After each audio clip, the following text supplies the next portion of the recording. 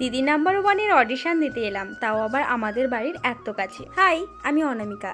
আজকে আমি তোমাদের সঙ্গে শেয়ার করছি দিদি নাম্বার ওয়ানের অডিশনের এক্সপিরিয়েন্স। জানো তো, এই প্রথমবার কোনো রিয়েলিটি শোতে অংশগ্রহণ করছি, মানে অডিশন দিচ্ছি। তো আজকের অডিশনের সময় ছিল বেলা 11টা থেকে বিকেল 4টে পর্যন্ত।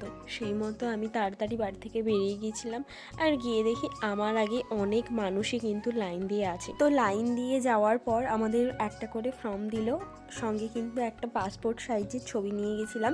তো সেই ছবি লাগিয়ে ফর্মটা আমাদের হাতে দিয়ে বলল এটা ফিল আপ করে কিন্তু জমা দিতে হবে এবং তারপর হবে অডিশন।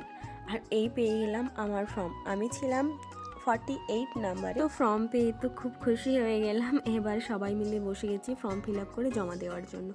এখানে কিন্তু এই লাইনটা হচ্ছে ফর্ম ফিল আপ করে জমা দেওয়ার লাইন। আর এই যে দাদাটাকে দেখছেন, ইনি কিন্তু আমাদের সমস্ত ফর্ম দিচ্ছেন।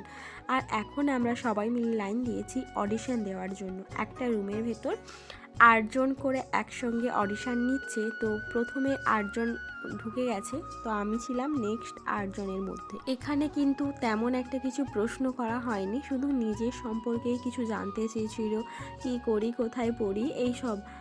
আর আদার্স কিন্তু কোনো প্রশ্ন করেনি। আমি ভেবেছিলাম হয়তো করবে। আমি যেহেতু তাড়াতাড়ি আসছিলাম, তাই আমার অডিশনও তাড়াতাড়ি হয়ে গেছে। এবার বাড়ি যাচ্ছি।